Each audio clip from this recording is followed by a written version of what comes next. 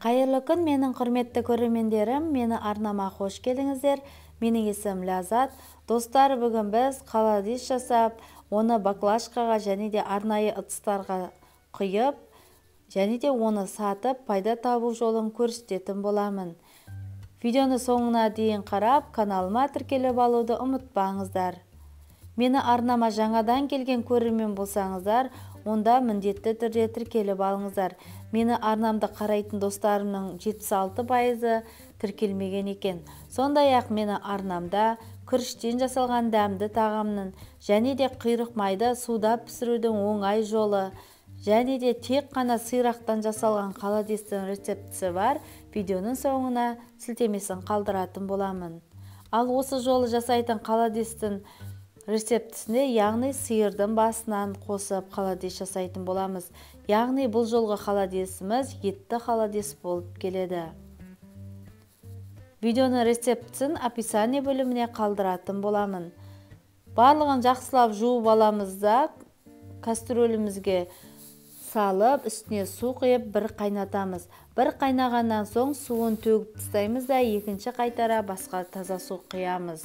Және де маған қажетті сәбіз, пияз және сарымсақты дайындап қойдым. Мінекей біздің қаладисіміз қайнап жатыр, 4-5 сағаттай қайнатамыз. Одан соң алып, осылай суытамыз да, одан соң сүйегінен ажырататын боламыз.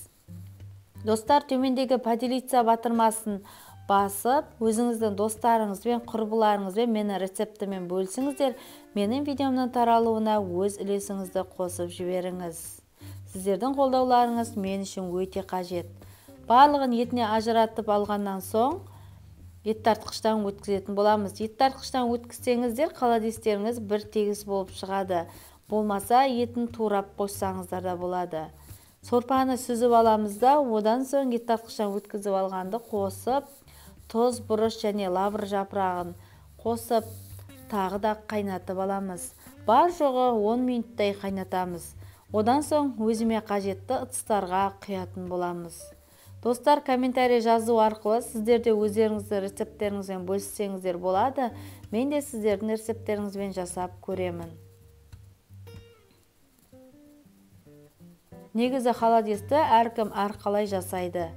Мінекей қаладисіміз дайын, аздап суыған соң баклажкаға және арнайы ыдыстарға құйып дайындап қоямын. Одан соң салқын жерге қойғаннан кейін біздің қаладисіміз қоюланады. Одан соң сатып табыс таба берулеріңізге болады.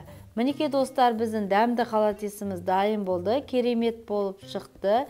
Видеоны қарағандарыңызға көп рахмет. Каналыма тіркеліп алуды ұмытпаңыздар. Келесі кездескенше сау болыңыз.